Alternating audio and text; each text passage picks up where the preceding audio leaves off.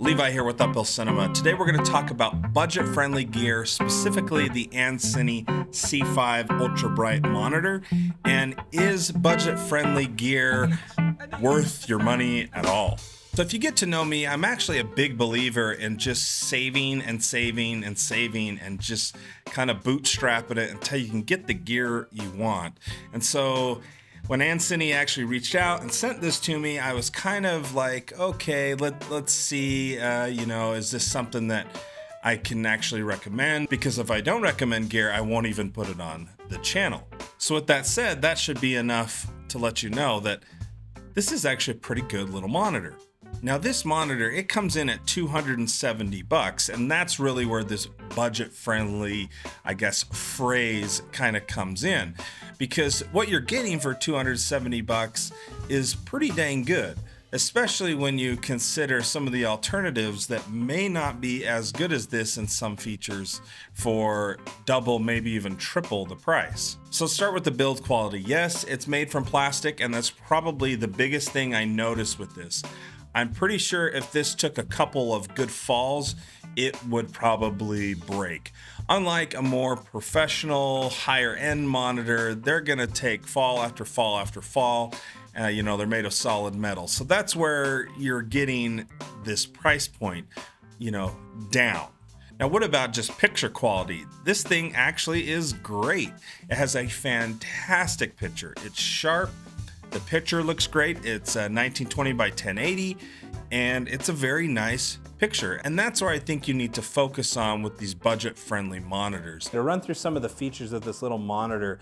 So first and foremost, you gotta know that it is bright. It has a lot of latitude, a lot of brightness, and there's a difference between the backlight and the actual brightness of the monitor. So for example, it's all the way up on the backlight, but if I go to brightness, it's only at 50%, because if I turn that up, it blows the image out. And so you can actually go outside and really view this thing in a bunch of different conditions, and that's pretty awesome. Another thing that I like is that you don't have to use the touchscreen. Though it has touchscreen, you don't have to. You can scroll through the menu, and I actually like that. You can even lock the touchscreen so you don't bump it or mess around with it while you're filming.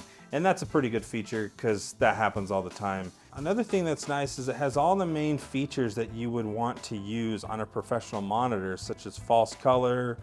That's Aries false color. There's kind of the normal one we'd normally see. You have your focus assist, peaking. Now the anamorphic lenses are becoming a little more affordable and accessible. You'll need a monitor that's able to monitor the squeeze factor, ratio, whatever you want to call it. And this actually has that, and that's actually a pretty nice feature considering the price of this. So you have 1.25, you have 1.3, 1.5, 2, and 2 magnified. 2 magnified so you could punch in, and if you had like vignetting or anything like that. And that's actually a pretty nice feature, especially considering the price of this monitor. So yeah, another thing that's nice is this does have an NPF battery mail out. I actually wish more companies would do this, because you don't have to have this. You can take the sticker off, take the screws out, and boom, you're good to go. But what makes this so nice is that you can get something like the Asun CineView Quad that's super compact, and you can just throw it here, snap it in, and now you're powering a wireless system through the monitor, and you can just pick this up and go anywhere you want with it, and it's super, super small and compact. I mean, if you look at that thing, it is teeny.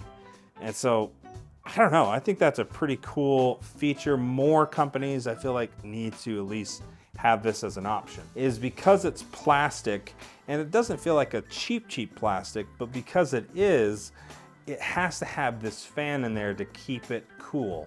It's not metal or aluminum like a heat sink. And so the fan is just extremely loud. So in a lot of scenarios in like an interview or something like that, it may or may not work. You can turn the fan off completely, but you literally have to turn this almost all the way down where it's almost unusable on the brightness. So be aware of that. You're gonna have fan noise.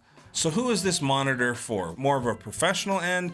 It's kind of a secondary throw around monitor. And for your more budget friendly getting started, it's a great monitor to do exactly that. Get you started learning how to use false colors and learning how to use features of a monitor. So do I recommend this little guy? Absolutely. Check it out. I'll have the links below. It's a great first time monitor that'll last you several years, and then you can kind of use it for other things as you upgrade and get into bigger and better stuff. So check it out, and I'll talk to you guys later. Thanks. Bye.